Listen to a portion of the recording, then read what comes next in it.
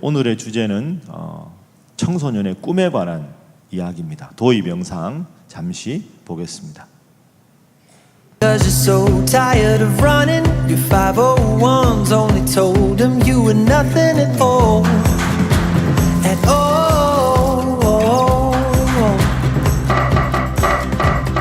Held in your head, the only thing you're dreaming. Both arms up, but you don't think you can feel it at all. At all. If your heart's on fire and they're showing you a one-way sun, just give them your Sunday smile and keep them moving on. Even in the dead of the night, the words are ringing in your mind. Just give them your Sunday smile and keep them moving on. You better not look down, you better not look down. You see a shadow, you see a shadow. Don't let the feeling go. Na na na, na na na, na na hey. 오늘은 하나님이 나에게 꿈을 주신 걸까요? 이제 우리 아이들이 늘 고민하는 문제가 이거죠. 난 앞으로 뭘 하고 살아야 되지? 하나님이 정말 나한테 원하시는 꿈을 뭐라고 주셨을까? 주기는 하셨을까? 요즘 참 힘들다는데 나는 앞으로 어떻게 사는 게 맞을까? 이게 이제 참 고민입니다. 그리고 여러분 아이들 만나면 늘 묻는 게 넌 커서 뭐 할 거니? 넌 꿈이 뭐니? 이렇게 묻는 거죠. 그런데 꿈에는 두 가지 요소가 있습니다. 첫 번째는 힘든 현실이 있고요. 두 번째는 희망찬 미래가 있습니다. 사실 이 두 사이에 갈등하는 거죠. 뭔가 멋있어 보이고 화려해 보이고 나도 저런 인물이 돼서 엄마 아빠에게도 기쁨을 주고 나도 자랑스럽게 살아가고 싶다 하는 희망찬 미래가 있습니다. 모든 꿈에는. 그런데 그 꿈을 쫓아가기에는 내가 지금 처한 현실이 참 힘들고 어렵다는 거죠. 내가 저 요리사의 꿈을 이루려면 호주로 유학을 가야 되는데 우리 집에는 돈이 없는데, 이런 생각도 이제 아이들이 하게 되고, 나는 정말 엄마 아빠 마음처럼 열심히 공부해서 훌륭한 학자가 되고 싶은데 나는 그런 능력이 없는 것 같고. 여러분 다 그렇지만 세상 모든 것에는 밝은 면이 있고 어두운 면이 있습니다. 밝은 면이라고 하면 희망찬 미래라면, 어두운 면이라고 하면 한숨 쉬고 답답하고 막연한 두려움이 있는 현실적인 어려움밖에 안 보이는 거죠. 그런데 여기 장로님들도 계시고 연세 드신 어르신들 많이 계시지만 누구에게나 있습니다. 저 친구는 괴로운 현실이 없을 것 같다 하는 건 다른 사람 시각이지, 그 아이의 시각으로 들어가면 행복해 보이는 그 누구도 어려움이 있고 괴로움이 있고 아픔이 있고 좌절이 있는 거죠. 자, 여러분 꽃을 잠깐 그림을 한번 보시죠. 저게 무슨 꽃입니까? 이게 무슨 꽃이죠? 장미꽃입니다. 장미꽃은 뜨거운 사랑 아닙니까? 붉은 장미, 누구나 좋아하는 장미지요. 아름답습니다. 그런데 저 장미꽃을 덥석 쥐면 장미꽃에는 가시가 있습니다. 그러니까 아름다운 뜨거운 사랑을 뜻하지만 동시에 가시를 가지고 있는 게 장미꽃이잖아요. 자, 다음 꽃 보시죠. 야, 니네들 청소년부 잘생긴 니네들 저 무슨 꽃이냐? 호박꽃. 호박꽃 본 적 있어? 저기 호박꽃입니다, 여러분. 그죠? 이제 어르신들은 다 우리 집사님들, 권사님들 아실 텐데 호박꽃이요, 그 시골에 이렇게 흙담에 이렇게 호박 넝쿨이 이렇게 해가지고 노랗게 저 호박꽃이 피면 저게 얼마나 소박하고 수수하고 아름답습니까? 시골의 넉넉함과 여유로움은 저 호박꽃이 표시를 하죠. 참 아름다운 꽃입니다. 이게 호박꽃의 밝은 면이지요. 어두운 면은 뭘까요? 야, 제 얼굴이 호박 같다. 호박꽃. 이 호박이라는 이미지 때문에 호박꽃 이러면 안 예쁜 꽃, 잘생기지 않은 사람은 호박꽃. 이런 이 호박이라고 주는 부정적인 이미지가 저 호박꽃에 그대로 투영되어 있는 거죠. 자, 꽃을 하나 더 보겠습니다.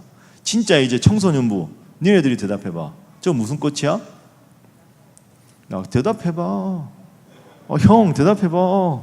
네. 나팔꽃입니다. 나팔꽃.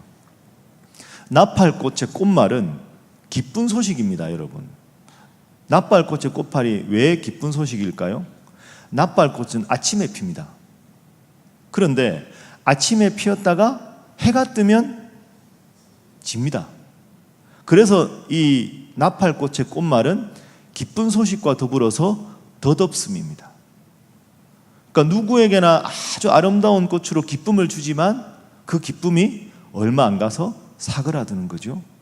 기쁜 소식과 덧없음, 장미의 화려한 사랑 뜨거움과 장미꽃의 가시, 소박하고 수수한 호박꽃과 그리고 호박이 주는 부정적인 이미지, 이게 다 양쪽에 있는 거죠.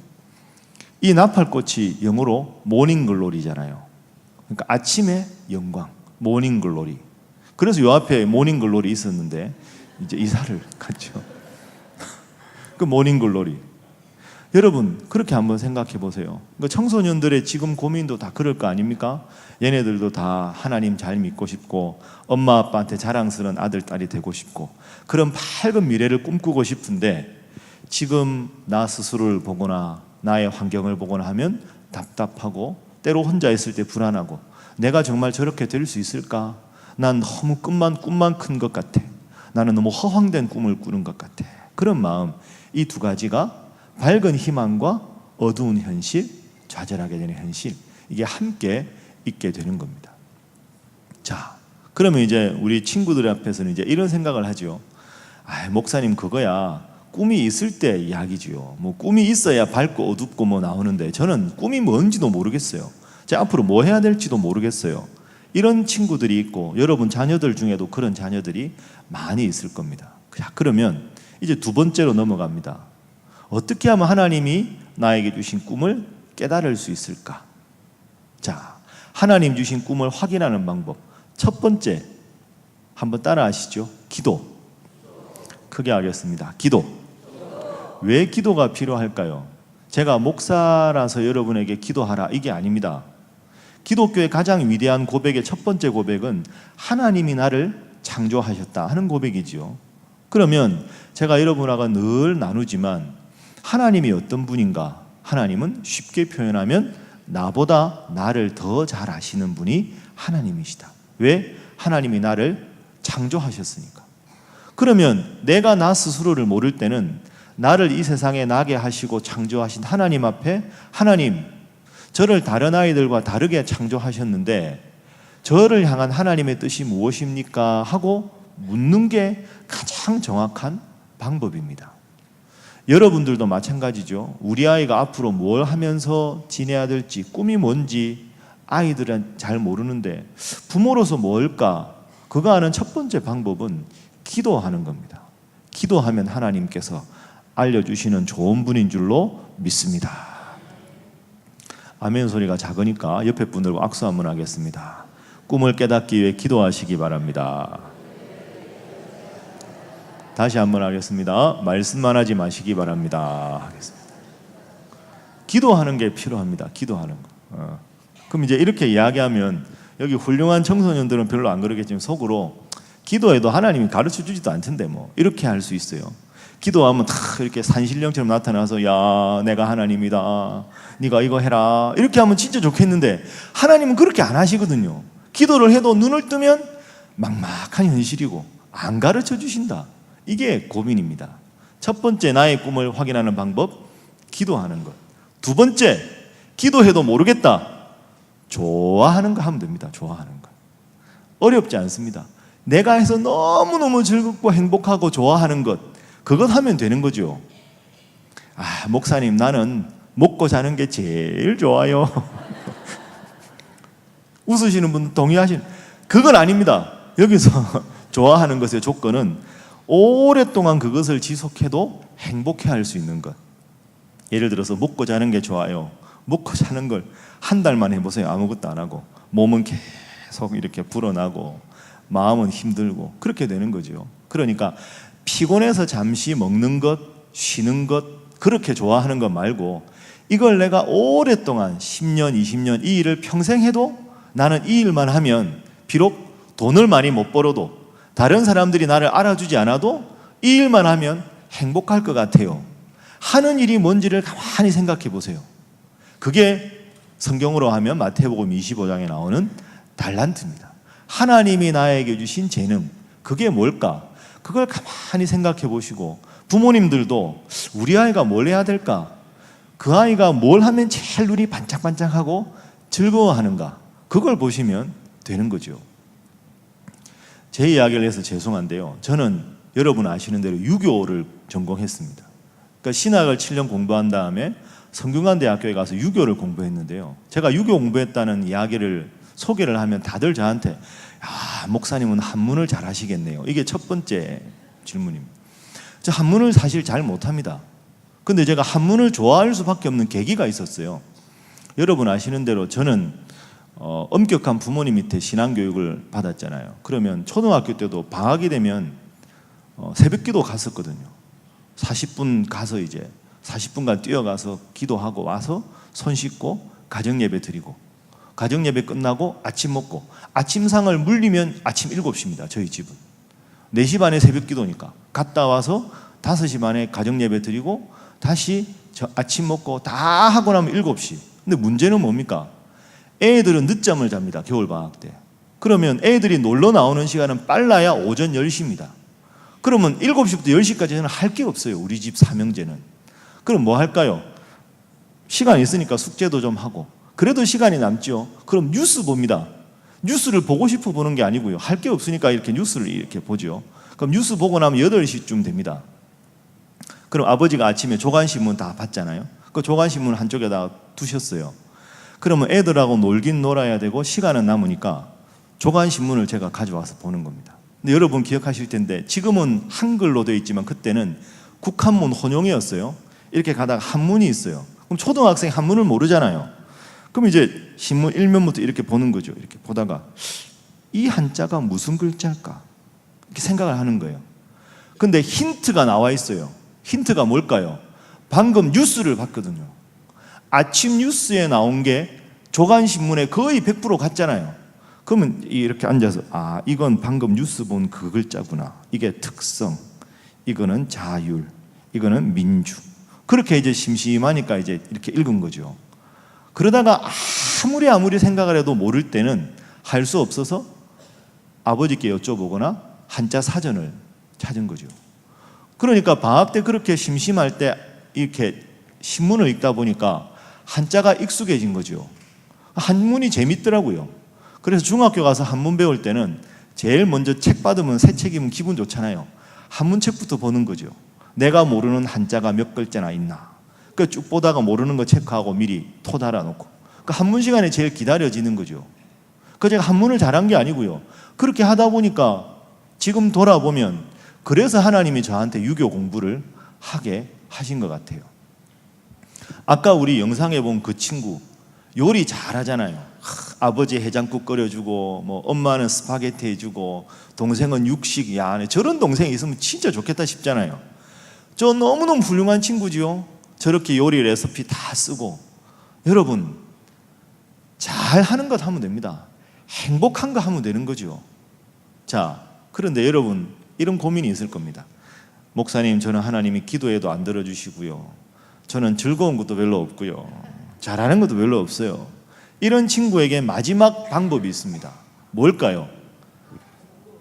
회개해야 합니다. 회개. 하나님은 기도하면 가르쳐 주시거나 즐겁게 하거나 잘하게 하는 걸 반드시 주십니다. 왜? 그래서 우리를 사랑해 세상에 태어나게 하셨으니까. 그런데 그게 전혀 없다. 그건 없는 게 아니라 내가 그걸 하나님께 묻지 않아서 그런 겁니다. 자, 옆에 분들과 악수 한번 하겠습니다. 회개하시기 바랍니다. 다시 하겠습니다. 말씀만 하지 마시기 바랍니다. 하겠습니다. 자, 지금까지 제가 2가지 말씀드렸습니다. 그 어떤 하나님의 꿈을 향해서 다가가도 밝은 미래가 있지만 아픈 현실이 있다. 그런데 그 아픈 현실을 뚫고 하나님 주신 소중한 꿈을 향해서 나가기 위해서는 꿈이 뭔지 알아야 되는데, 그걸 아는 첫 번째 방법은 기도다. 두 번째는 내가 해서 즐겁고 행복한 걸 하면 된다. 그것도 없다? 그러면 하나님 앞에 회개해야 한다. 자, 마지막 세 번째.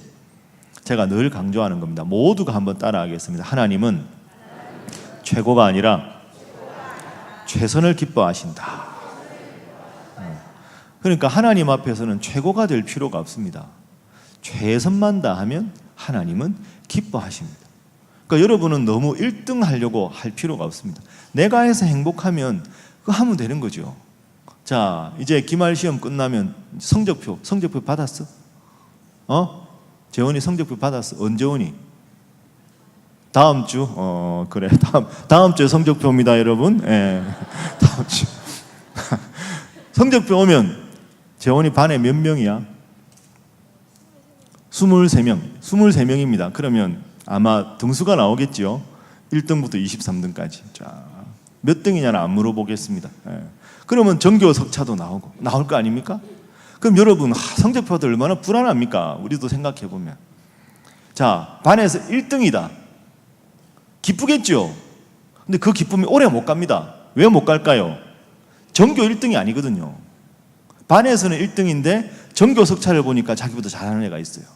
그럼 하루는 기뻤는데 쟤 때문에 쟤가 없으면 내가 전교 1등인데. 전교 1등 행복할까요? 행복하지 않습니다.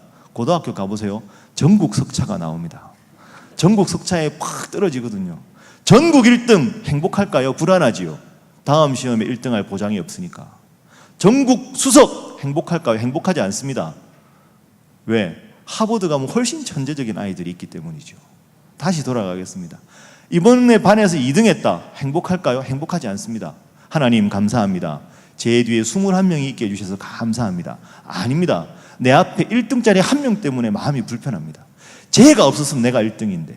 그럼 3등 행복할까요? 행복하지 않습니다. 왜? 앞에 2명 때문에. 23등 행복할까요? 행복하지 않습니다. 왜? 외롭거든요. 뒤에 아무도 없어요. 22등 행복할까요? 하나님, 저 한 분이 계셔서 없습니다. 그런 거 없습니다. 사람은 끊임없이 욕심을 부리게 되지요. 결과적으로 등수를 매기면 아무도 행복하지 않습니다. 그런데 가만히 보면 행복할 수 있는 비결이 있습니다. 최선을 다하고 최선을 다한 결과에 만족하는 아이가 행복한 아이입니다. 지난번에 20등 했는데 이번에 진짜 열심히 공부해서 15등 했다. 그런데 15등 한 것에 대해서 감사한다. 그럼 얘가 어떻게 할까요? 14등한테 가야지요. 너 14등이지? 이리 와봐. 악수. 야, 너는 나의 넘사벽이다. 내가 널 넘으려고 노력했는데 안 되더라. 너 진짜 훌륭하다. 그러고는 22등한테 가는니다. 야, 힘든 거 있냐? 내가 가르쳐 줄게. 여러분, 이게 멋있는 겁니다. 최선을 다하고 그 결과에 대해서 겸손하게 받아들이고 자기보다 잘하는 사람에게 대해서는 박수 쳐줄 수 있고 자기보다 뒤에 있는 사람은 넉넉한 마음으로 끌어줄 수 있으면 그 아이는 등수에 있으나 등수에 속하지 않은 아이입니다. 요한복음 17장으로 말하면 세상에 있으나 세상에 속하지 않은 사람. 최고가 아니어도 최선을 다해서 받아진 결과에 대해서 하나님 감사합니다. 더 열심히 노력하겠습니다. 그리고 저보다 힘든 친구들, 어려운 친구들에게 넉넉한 마음으로 다가가겠습니다. 얼마나 멋있습니까? 그런 친구가 멋있는 친구입니다. 최고가 아니어도 최선을 다하는 우리 살아가는 청소년부 친구들, 그리고 여러분 모두 되시기를 주님 이름으로 부탁합니다. 마지막으로는 이것 꼭 여러분들이 기억하면 좋겠습니다. 환경을 너무 탓하지 마십시오. 나는 머리가 나빠. 우리 집은 돈이 없어. 나는 이래서 안 돼. 저래서 안 돼. 하나님이 여러분의 아버지신데 그것 가지고 무슨 걱정합니까? 하나님께 기도하면 하나님이 해결해 주시는 거죠. 자, 짧은 영상을 하나 보겠습니다. 환경이 어려워도 그 환경을 극복한 사람의 모습이 얼마나 아름다운가 잠시 보겠습니다.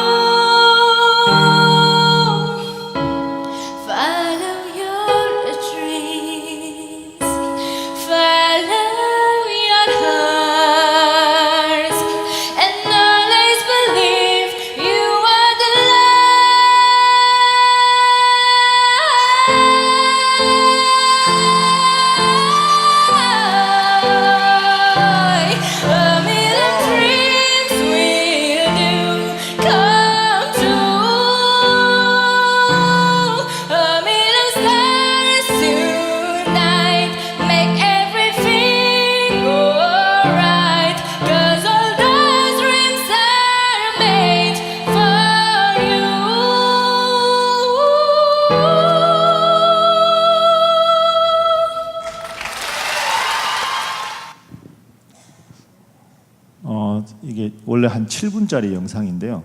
짧게 편집을 해서 그런데 여러분 보셔서 아시겠는데 저분이 두 손이 팔이 없어요. 피아노는 손가락으로 연주를 해야 되는데 두 팔이 없는데 보셨으면 아시겠지만 발가락으로 연주를 하죠. 근데 저분이 일반인인데 그 뮤직 그 컴피티션 하는 프로그램에 나와서 해서 심사위원들이 다 눈물을 흘리는. 근데 노랫말이 참 아름답잖아요. 제가 설교 준비하면 저 영상을 보다가 손가락이 있어야 피아노를 친다. 5개가 아니어도 2-3개가 있어야 되는데 발가락으로 피아노를 연주하면서 저렇게 아름다운 곡을 부를 수 있다는 게 얼마나 아름답습니까? 삶이 여러분을 속일 때가 있어도, 현실이 힘들고 어려울 때가 있어도 제가 늘 말씀드리지만 문제보다 크신 하나님, 모든 문제 해답이 되시는 하나님, 그 하나님 믿고 여러분은 사랑하는 자녀를 위해서 항상 하나님 앞에 기도하고, 눈물 흘릴 때 눈물 흘리는 자녀의 어머니의 자녀는 잘못될 수 없다는 그 말씀처럼, 그리고 우리 사랑하는 청소년들, 하나님 주신 여러분을 향한 꿈을 가지고 더 열심히 힘들고 어려워도 나아가시는 우리 사랑하는 청소년들, 사랑하는 여러분들 다 되시기를 주님 이름으로 축복합니다. 함께 기도하겠습니다.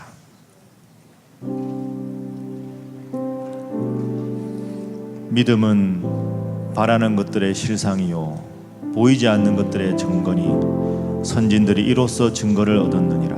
하나님, 우리 모두는 다 꿈을 쫓아 인생을 살아갑니다. 바라는 것들의 실상이라 그 바라는 아름다운 미래를 향해서 나아가려고 노력합니다.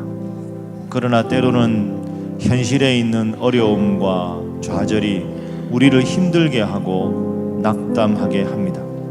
특별히 어려운 상황에 있는 우리 살아가는 청소년부 친구들, 주님께서 지키시고 도우시고 역사하여 주옵소서. 하나님, 우리 사랑하는 자녀들에게 주신 꿈을 쫓아서 기도하게 하시고 즐겁게 할 수 있는 일을 찾게 하시되 하나님의 영광을 위한 것이며 내가 하나님 앞에 기쁨을 얻을 수 있는 소중한 꿈을 깨닫게 하시고, 문제보다 크신 하나님, 모든 문제 해답이 되신 하나님, 그분 믿고 나아가는 저희 모두 될 수 있게 하여 주옵소서. 예수님의 이름으로 기도하옵나이다.